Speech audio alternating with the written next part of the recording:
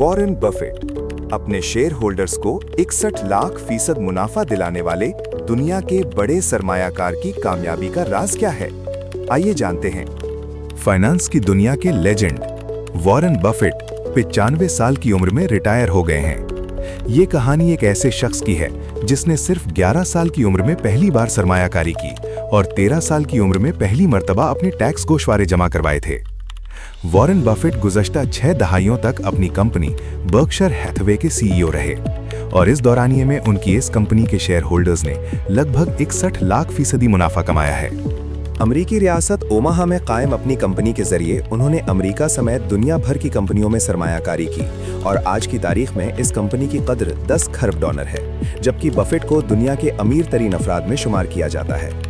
Forbes magazine की फहरिस्त के मुताबिक वो सनहा 2025 में दुनिया के 6ठे अमीर तरीन शख्स हैं, जिनके असासों की मजमूई मालियत $154 अरब बनती है। स्टॉक्स के लिहाज से बर्कशायर हैथवे के पोर्टफोलियो में एप्पल और अमेरिकन एक्सप्रेस जैसी इंतहाई मारूफ कंपनियां शामिल हैं। अगरचे वो दुनिया के सबसे अमीर अफराद की फहरिस्त में शामिल हैं, मगर उन्हें इंसानी खिदमत के कामों के लिए भी जाना जाता है।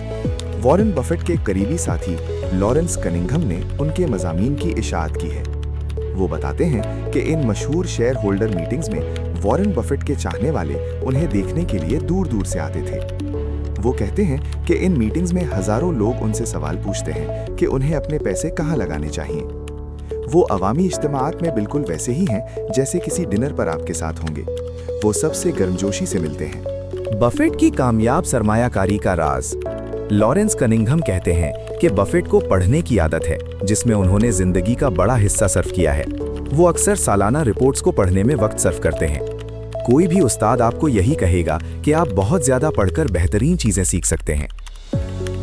तो वो किसी कंपनी में सरमायाकारी करने का फैसला किस बुनियाद पर करते हैं? इस पर लॉरेंस कनिंघम कहते हैं कि कारोबारी एतबार से सब इसी चीज पर मुनहसिर है कि किसी कारोबार की बुनियाद क्या है और उसका प्रोडक्ट कैसे बनता है, लेकिन लीडरशिप का ताल्लुक सिर्फ लोगों से होता है।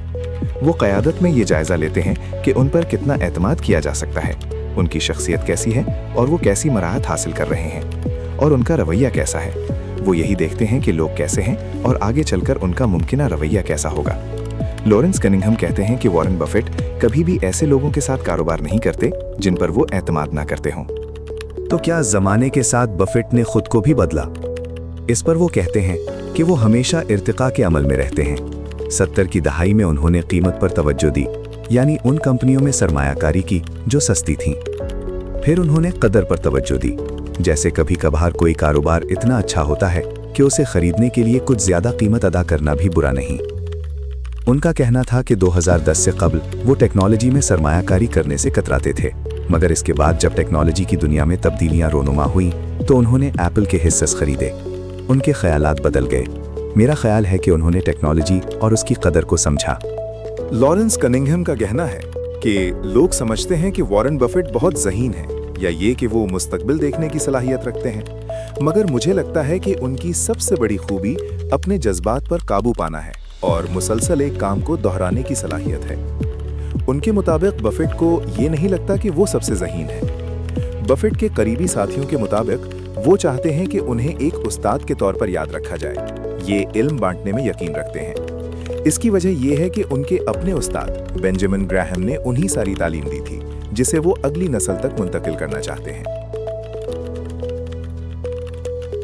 दोस्तों, उम्मीद है कि इस फैक्चुअल वीडियो से आपके नॉलेज में इजाफा हुआ होगा।